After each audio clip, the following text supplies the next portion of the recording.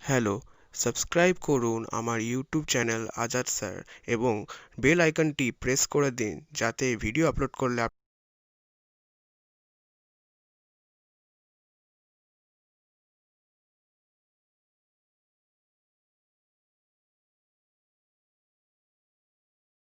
Hello students, আমার YouTube চ্যানেলে আবার তোমাদের স্বাগত। আমি ত্রিকোণমিতির যে ভিডিওটি করেছিলাম, অর্থাৎ ত্রিকোণমিতি পার্ট 1, তার পার্ট 2 নিয়ে আমি এখন এলাম। তো আমার এই চ্যানেলে তোমাদের পড়াশোনা সংক্রান্ত অঙ্কের প্রায় সব বিষয়গুলি এক এক করে পাবে। যেমন ত্রিকোণমিতি কয়েকটি পার্ট করব, তারপর ভেদের অঙ্ক, তারপর শঙ্কুর অঙ্ক, গোলকের অঙ্ক, পাটিগণিত, এই সব বিষয় তোমরা পাবে। তাই বলছি, যারা এখনও সাবস্ক্রাইব করনি তারা আমার চ্যানেলটিকে সাবস্ক্রাইব করো, বেল বাটন প্রেস করো, কারণ কখন কোন ভিডিও আপলোড হবে তোমরা দ্রুত তার খবর পেয়ে যাবে এবং বন্ধুবান্ধবদের মধ্যে দ্রুত শেয়ার করো। তো আসা যাক ত্রিকোণমিতির পার্ট 2। তো পার্ট 2 শুরু করার আগে আমি দুটো কথা বলি। নিশ্চয়ই তোমরা পার্ট 1-এর ত্রিকোণমিতির ভাষা এবং সূত্রগুলো এতক্ষণে মুখস্থ করে ফেলছো বা বুঝে গেছো। তো এবার আমরা অনুশীলনী দিয়ে একটু প্র্যাকটিস করে নেব। এই প্র্যাকটিসের আগে দু একটি কথা না বললেই হচ্ছে না। সেটা হলো, সাইন থিটা যদি হোল স্কোয়ার থাকে তাহলে আমি তাকে লিখব কি করে? তাকে আমরা লিখব এভাবে, সাইন স্কোয়ার থিটা। কিন্তু কখনোই এভাবে নয়, সাইন স্কোয়ার থিটা স্কোয়ার, এরকম নয়, অথবা সাইন থিটা স্কোয়ার। এটা কনভেনশনাল রুল, অর্থাৎ প্রচলিত নিয়ম। এই নিয়মে এগুলো লিখতে হয়। তারপরে 2 নম্বর কথায় আসি, যে সাইনের সঙ্গে, আমি আগের ভিডিওতে বলেছি, সাইনের সঙ্গে কোসেকের রিলেশন হচ্ছে 1/, অথবা কোসেক থিটা ইকুয়াল টু 1/সাইন থিটা। তো তোমরা বীজগণিতে বা সূচকের একটা নিয়মে শিখেছো, যদি এক্স ইকুয়াল টু 1/y² হয় তাহলে সোজাসুজিভাবে আমরা লিখতে পারি এক্স ইকুয়াল টু y⁻²। তো এখানে যদি ইনভার্সের মতো করে লিখি আমরা, অর্থাৎ টু দি পাওয়ার মাইনাস হিসাবে যদি লিখতে চাই, তাহলে cosec theta equal to sine theta to the power -1 লিখতে পারলে, কিন্তু কখনোই এখানকার মতো sine to the power -1 theta, এটাকে বলা হয় সাইন ইনভার্স থিটা, এটি কিন্তু লেখা যাবে না। এই বিষয়টি ভালো করে মনে রাখবে। এটিকে এইভাবে চাইলে লিখতে পারো, কিন্তু এরকম লেখা যাবে না। এইগুলো একটি বিষয়। আরেকটি বিষয় বলি, যে যদি তোমাদের মনের মধ্যে প্রশ্ন আসা উচিত যে এই যে আমরা সাইন থিটা লিখি, অথবা সাইন আলফা লিখলাম, অথবা সাইন বিটা লিখলাম, এই সিম্বলগুলিকে বলা হয় এটি আলফা, এটি বিটা, এটি থিটা। এখানে কি সাইনের সঙ্গে থিটার সম্পর্ক কি গুণ সম্পর্ক? না, কখনোই সাইনের সঙ্গে থিটার গুণ সম্পর্ক নয়, বা সাইনের সঙ্গে আলফার গুণ সম্পর্ক না, বা সাইনের সঙ্গে বিটার কোনো গুণ সম্পর্ক নয়। যদি গুণ সম্পর্ক হতো, অনেকে ভাবতো যে সাইন আলফা ইকুয়াল টু যদি সাইন বিটা হয়, গুণ সম্পর্ক হলে সাইন সাইন কাটলাম, অতএব আলফা ইকুয়াল টু বিটা। হ্যাঁ, এখানে কোনো মতেই কাটা যাবে না, কারণ সাইনের সঙ্গে আলফার গুণ সম্পর্ক নয়, বা সাইনের সঙ্গে বিটার কোনো গুণ সম্পর্ক নয়, কাটা যাবে না। তবে জ্যামিতিক উপায়ে প্রমাণ করা গেছে যে, বা প্রমাণ আছে তোমাদের বইয়ে, যে sine alpha equal to sine beta হলে আমরা লিখতে পারি আলফা ইকুয়াল টু বিটা। খুব বিশেষভাবে মনে রাখবে, কারণ অনেক স্টুডেন্টকে আমি দেখেছি, যখনই এরকম অবস্থায় আসে sine alpha equal to sine beta, খুব দ্রুত কেটে দিয়ে আলফা ইকুয়াল টু বিটা লেখে। অর্থাৎ কাটা যাবে না, কিন্তু আলফা ইকুয়াল টু বিটা লেখা যাবে। সেটা জ্যামিতিক উপায় বা ত্রিভুজ দিয়ে প্রমাণ করা গেছে। এবার এই এই কনসেপ্ট বা এই ধারণার উপর ভিত্তি করে তোমাদের যেরকম অঙ্ক আসে সেরকম একটি ছোট্ট উদাহরণ দিয়ে বুঝিয়ে দিই। সাপোজ তোমাদের দেওয়া থাকলো sine 90 degree minus theta equal to sine 2 theta. তো আমি নিচে যে যে নিয়মটি দেখালাম তার উপর ভিত্তি করে আমরা এখানে থিটার মান বের করতে পারবো। কীরকম? আমরা এতক্ষণে বুঝেছি যে sine alpha equal to sine beta হলে আলফা ইকুয়াল টু বিটা লেখা যায়। তো এখানে sine 90 minus theta equal to sine 2 theta হলে তাহলে আমরা লিখব দেয়ারফর দিয়ে যে 90 degree minus theta equal to 2 theta, অতএব 90 ডিগ্রি ইকুয়াল টু 3 থিটা, ঘুরিয়ে লিখলে 3 theta equal two 90 degree, therefore theta equal two কত হলো 30 ডিগ্রি। বুঝতে পারলে? তাহলে এই সম্পর্কটি ব্যবহার করে তোমাদের অনেক অঙ্ক করা যাবে। এবার হচ্ছে সাইন ত্রিকোণমিতিক যে কোণানুপাতগুলো আছে সেগুলো লেখার ক্ষেত্রে আরও দুই একটি নিয়ম আছে, সেগুলো আমি বলে দিচ্ছি। সাইন 2 থিটা মানে কিন্তু কখনোই নয় যে সাইন 2 সাইন থিটা, এটি লেখা যাবে না। আবার sine alpha by sine beta, এটিকে কিন্তু কখনো আলফা বাই বিটা লেখা যাবে না। যদিও আমরা একটু আগে দেখলাম যে sine alpha equal to sine beta হলে আলফা ইকুয়াল টু বিটা লেখা যায়, কিন্তু ভাগের ক্ষেত্রে এই নিয়মটি খাটে না। এটি প্রমাণ করে দেখানো যায়, শুধু তোমরা মনে রাখবে। আরেকটি বিষয় বলি, অনেকে ভাবে sine X plus sine Y, তো ইকুয়াল টু দিয়ে লেখে সাইন কমন নিলাম এক্স প্লাস ওয়াই। না, এরকম লেখা যাবে না। কেন? কারণটি তোমরাই অনুধাবন করতে পারবে যে সাইনের সঙ্গে এক্স বা সাইনের সঙ্গে ওয়াই এখানে গুণ সম্পর্ক নয় যে আমি সাইন কমন নেব। অর্থাৎ sine X plus sine Y হলে কখনই sine into X plus Y লেখা যাবে না। তেমনি sine X minus sine Y থাকলে আমি কখনই লিখতে পারবো না সাইন কমন নিয়ে এক্স মাইনাস ওয়াই। তাহলে এই বিষয়গুলো মাথায় রাখবে, নাহলে এই ভুলগুলো তোমাদের সর্বত্রই অঙ্ক করতে গিয়ে বিপদে ফেলবে। এবার হচ্ছে আমরা তোমাদের বইয়ের অনুশীলনী শুরু করছি। 23.1 থেকে 2-4টি অঙ্ক আমি করে দিচ্ছি। Exercise 23.1, page number 295, West Bengal বোর্ডের বইয়ের ক্লাস 10-এর বইয়ের এই এক্সারসাইজ থেকে প্রথম অঙ্ক শুরু করলাম। প্রথম অঙ্কে বলা আছে যে এবিসি একটি সমকোণী ত্রিভুজ যার অতিভুজ A B equal to 10 centimetre, 10 centimetre.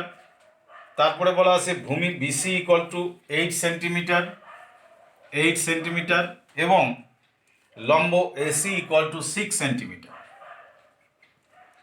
তো আমাদের এখানে প্রশ্ন আছে এবিসি কোণের সাইন ও ট্যানজেন্টের মান নির্ণয় করো। তো আমরা লিখব চিত্র এবিসি কোণ মানে এই কোণ, এটি একটি সূক্ষ্ম কোণ। তো চিত্র থেকে পাই এবিসি কোণের সাইন, তো লিখব সিম্পলি লিখব সাইন এ বি সি। তো তোমরা আগের দিনের ভিডিও থেকে নিশ্চয়ই বুঝছো সাইন মানে কি, লম্ব বাই অতিভুজ। তো এই কোণের সাপেক্ষে লম্ব কোণটা এসি বাই অতিভুজ কোণটা এবি। তো এখানে মান বসালে পাচ্ছি কি এসি মানে 6 আর এবি মানে 10 সেন্টিমিটার। লিখলাম না, বা লিখলেও সেন্টিমিটার সেন্টিমিটার কেটে যাবে। তো আলটিমেটলি পেলাম কত 3/5। এই হলো সাইন এবিসি। এখন ট্যান এবিসি লিখি। ট্যান কোণ এবিসি, ট্যান মানে কি ছিল? ট্যান মানে ছিল লম্ব বাই ভূমি। তো আমাদের লম্ব বলতে কোনটি? এসি, ভূমি বিসি। এসির মান কত? 6 সেন্টিমিটার, ভূমি বিসির মান কত?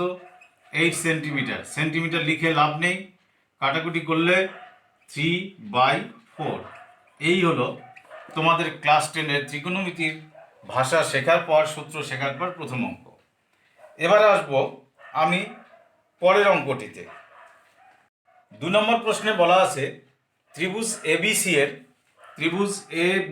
এর কোণ বি 90 ডিগ্রি। 90 ডিগ্রির চিহ্ন এরকম নিশ্চয়ই জানো। এবং যেখানে A B 24 centimeter, A B 24, B C 7 centimeter. এবার বের করতে বলেছে sine A, cos A, tan A ও কসেক এ এর মান কত। তো আমরা ত্রিভুজের মধ্যে দুটি বাহু এখানে পাচ্ছি, কিন্তু তৃতীয় বাহুটি নেই। সেই বাহুটি আমাদের নির্ণয় করতে হবে। তা আমি এখানে সরাসরি লিখব যে পিথাগোরাসের উপপাদ্য অনুসারে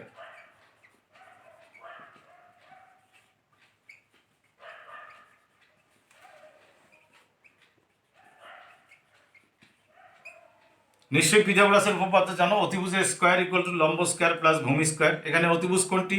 এসি। সুতরাং এসি স্কোয়ার ইকুয়াল টু লম্ব স্কোয়ার মানে বিসি স্কোয়ার প্লাস ভূমি স্কোয়ার মানে হচ্ছে এবি স্কোয়ার। অতএব এসি ইকুয়াল টু কী লিখবো? এখানে স্কোয়ার তুললে এখানে রুট ওভার হবে। বিসি স্কোয়ার মানে বিসি কত? 7 স্কোয়ার। এবি স্কোয়ার মানে 24 স্কোয়ার এত সেন্টিমিটার। 7 square 49, 24 square 576।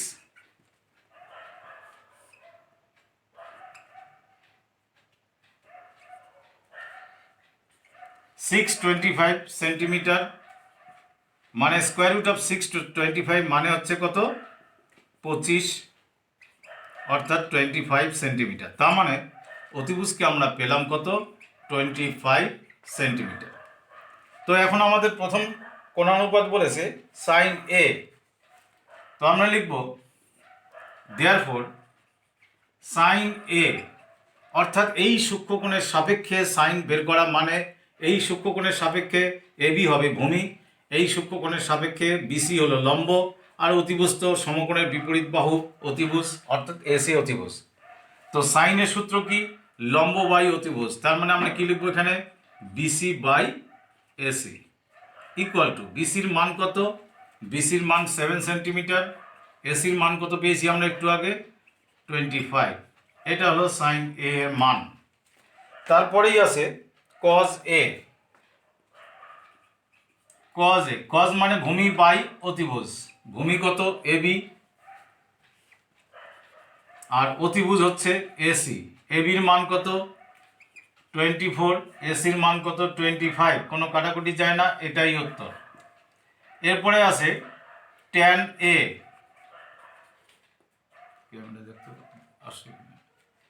ট্যান মানে লম্ব বাই ভূমি। লম্ব কোনটা? বিসি। ভূমি এবি। বিসি মানে 7 সেন্টিমিটার আর এবি মানে 24 সেন্টিমিটার। তাহলে এটাই উত্তর। আর পরেরটা আছে কসেক এ। তোমরা নিজেরাই করে নাও, কসেক এর মান বের করতে পারবে। আমি চলে যাচ্ছি পরের অঙ্কে। তোমাদের 4 নম্বরের কোশ্চেনে বলা আছে কস থিটা ইকুয়াল টু 7/25 হলে থিটা কোণের সকল ত্রিকোণমিতিক অনুপাতের মান নির্ণয় করো। সকল বলতে সাইন থেকে শুরু করে কট পর্যন্ত। তো সেক্ষেত্রে আমরা একটি ত্রিভুজের সাহায্য নেব। যেহেতু ত্রিভুজের সাহায্য নিয়েছি এবং আমি ত্রিভুজের নাম দিয়েছি এবিসি, তাই এর শর্ট ডেসক্রিপশন বা বর্ণনা দিতে হবে। কি লিখব? চিত্রে ত্রিভুজ এ বি সি এর কোণ বি ইকুয়াল টু 90 ডিগ্রি। কোনটা কোণ 90 ডিগ্রি সেটা বলে দিলাম। তারপরে লিখব কোণ C equal to theta. Theta কীরকম? একটি ধনাত্মক সূক্ষ্মকোণ, পজিটিভ অ্যাকুট অ্যাঙ্গেল। মনে রাখবে তোমাদের যতগুলো কোণ নিয়ে সূক্ষ্মকোণ নিয়ে এখানে আলোচনা হবে, তোমাদের সিলেবাসে সবগুলোই ধনাত্মক। ঋণাত্মক কোণ হলে হিসাব আলাদা, সেটা এখানে সম্পূর্ণ কোণকে ধনাত্মক ধরেই করা হয়। তো সেটি আমি লিখলাম। এবং বলা আছে কি চিত্র হিসাবে আমরা আমাদের যে কোণানুপাত দেওয়া আছে কস থিটা ইকুয়াল টু 7/25 দেওয়া আছে। তাহলে আমরা লিখব অতএব কস থিটা ইকুয়াল টু 7/25 মানে হচ্ছে চিত্রানুযায়ী কস থিটা কত হবে? কস থিটা মানে ভূমি বাই লম্ব, সরি কস থিটা মানে ভূমি বাই ভূমি কোনটা? বিসি বাই অতিভুজ কোনটা? এসি।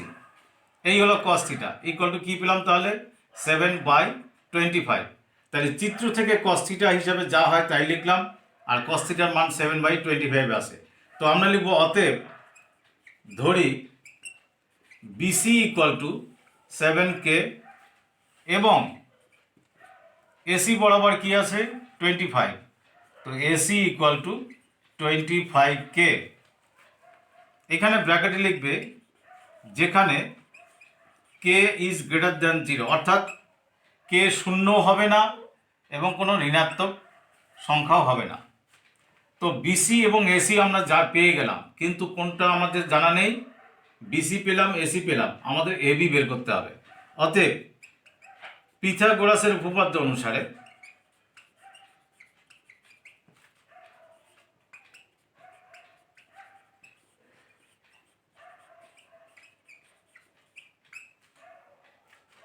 আমরা পিথাগোরাসের উপপাদ্য অনুসারে লিখতে পারি লম্ব স্কোয়ার প্লাস ভূমি স্কোয়ার, লম্ব মানে এবি প্লাস ভূমি স্কোয়ার মানে বিসি স্কোয়ার ইকুয়াল টু অতিভুজের স্কোয়ার মানে এসি স্কোয়ার। তো এখানে আমাদের মূলত কার মানের দরকার? বিসি এবং এসি আছে, এবির দরকার। তাই আমি এদিকে যদি এবি স্কোয়ার রাখি, তাহলে ওইদিকে A C square minus B C square. তার মানে শুধু এবি এদিকে রাখলে হবে রুট ওভার এসি স্কোয়ারের মান, এসির মান কত? 25K, তাহলে 25K হোল স্কোয়ার মাইনাস বিসির মান 7K হোল স্কোয়ার। অবশ্যই এখানে একক কথাটি লিখতে হবে, কারণ বাহুর দৈর্ঘ্যের কোনো না কোনো একক হবে, সেই জন্যই আমি এখানে লিখব একক। এখন 25 হোল স্কোয়ার মানে 625K স্কোয়ার, আর এটি হচ্ছে 49K স্কোয়ার। এটা বিয়োগ করলে 576K স্কোয়ার, যার বর্গমূল 24K। তাহলে এত একক পেলাম আমি এবি এর মান। তাহলে এখন বিভিন্ন কোণানুপাতগুলি নির্ণয় করছি। অলরেডি কস থিটার মান দেওয়া আছে, শুরু করলাম সাইন থিটা দিয়ে। অতএব সাইন থিটা, তোমরা চিত্র থেকে দেখো, এই সূক্ষ্মকোণের সাপেক্ষে সাইন মানে লম্ব বাই অতিভুজ, তাহলে এই সূক্ষ্মকোণের সাপেক্ষে লম্ব হচ্ছে এবি, অতিভুজ হচ্ছে এসি। তাহলে আমি লিখব কি? AB by AC. এবি এর মান কত? এখনই আমরা এবি এর মান পেলাম 24K, আর এসি এর মান ছিল 25K। কে ক্যান্সেল করলে 24/25। এই হলো সাইনের মান। ট্যান যদি বের করি, তাহলে ট্যান থিটা ইকুয়াল টু কী লিখব? লম্ব বাই ভূমি। লম্ব কোণটি এবি, ভূমি কোণটি বিসি, তাহলে এবি বাই বিসি। তো এবি এর মান চিত্রে আমরা পাচ্ছি, এবি এর মান আমরা একটু আগে ক্যালকুলেট করেছি 24K, আর বিসি এর মান বইয়ে দেওয়া আছে, মানে বই ক্যালকুলেশন হিসাবে আমরা পেয়েছিলাম 7K। তাহলে ট্যান থিটার মান আমরা পেলাম 24/7। এভাবে সাইন কস দেওয়া ছিল, ট্যান পেলাম। এবার সাইনের অপোজিট হলো কসেক। তো আমরা লিখতে পারি therefore cosec theta equal two 1/sin theta, অথবা কসেক থিটা মানে অতিভুজ বাই লম্ব, সেই হিসাবেও করতে পারো বা এই হিসাবেও করতে পারো, যেটা তোমাদের সুবিধা। তাহলে 1/sin থিটা মানে সাইন থিটার মান পেয়েছি 24/25, তাহলে উল্টে গেলে হবে 25/24। যাই হোক, এভাবে তোমরা সেক এবং কটের মান নির্ণয় করবে। এরপরে আসছি পরের কোশ্চেনে। 5 নম্বর কোশ্চেনে দেওয়া আছে কট থিটা ইকুয়াল টু 2। এই কট থিটা ইকুয়াল টু 2 থেকে তোমাদের ট্যান থিটা ও সেক থিটার মান নির্ণয় করতে হবে, এবং তারপর প্রমাণ করতে হবে 1 plus tan square theta equal to sec square theta, যে ফর্মুলাটা আমি আগের ভিডিওতে দিয়েছি। তো আগে ট্যান ও সেকের মান নির্ণয় করি। এখানেও আমরা একটি ত্রিভুজের সাহায্য নেব। তোমরা 4 নং এর আগের অঙ্কটি করার সময় যে ত্রিভুজের বর্ণনা দিয়েছি সেটা তোমরা দিয়ে নেবে। তো অতএব ত্রিভুজ থেকে পাই কট থিটা ইকুয়াল টু 2 মানে হচ্ছে, কট থিটা মানে কি ছিল? ভূমি বাই লম্ব। ভূমি কি আছে আমাদের? বিসি, বাই লম্ব কি? এবি, ইকুয়াল টু 2 মানে 2/1 লিখতে পারি। তাহলে আমরা লিখব, অতএব ধরি বিসি ইকুয়াল টু, বিসি বরাবর 2 আছে, তাই ধরলাম 2K একক, এবং এবি ইকুয়াল টু, এবি বরাবর 1 আছে, তার মানে K একক। যেখানে আমরা কি লিখবো, কে গ্রেটার দেন 0। অতএব আবারও পিথাগোরাসের উপপাদ্যের সাহায্য নিই। পিথাগোরাসের উপপাদ্য অনুসারে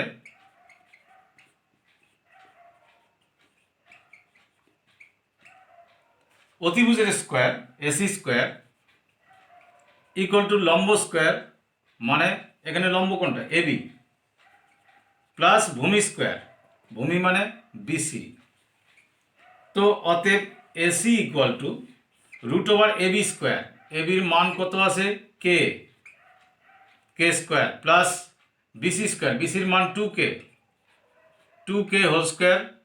এখানে অবশ্যই আমরা একক লিখব, তার মানে 2k হোল স্কোয়ার মানে 4k স্কোয়ার এবং কে স্কোয়ার মানে হলো 5k স্কোয়ার একক। তো কে স্কোয়ারের বর্গমূল হয় 5 এর হয় না, তাই √5k লিখলাম। তো আমরা এসির মান পেলাম। তো সুতরাং আমরা এখান থেকে ট্যানের মান নির্ণয় করব। তো ট্যান থিটা ইকুয়াল টু, তোমরা অবশ্য সরাসরি লিখতে পারো 1/cot থিটা। এই সম্পর্কটা তোমরা নিশ্চয়ই জানো। তার মানে ট্যান থিটার মান কি পেলাম, 1/2। 2 কেন, cot থিটা 2 দেওয়া আছে।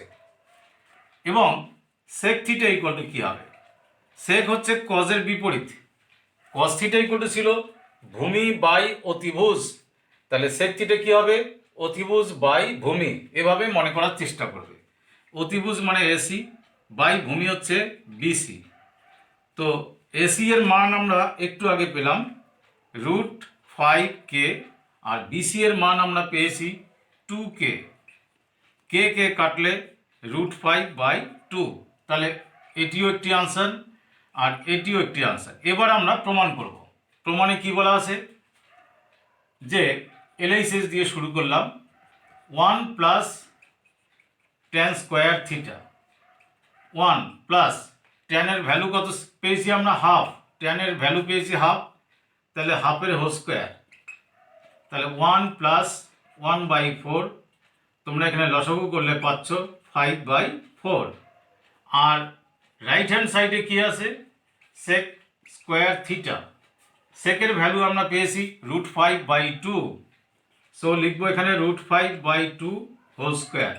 √5/2 হোল স্কোয়ার মানে 5/4। আমরা দেখতে পাচ্ছি left side and right side equal, তাহলে আমরা লিখতে পারি therefore 1 plus tan square theta equal to sec square theta.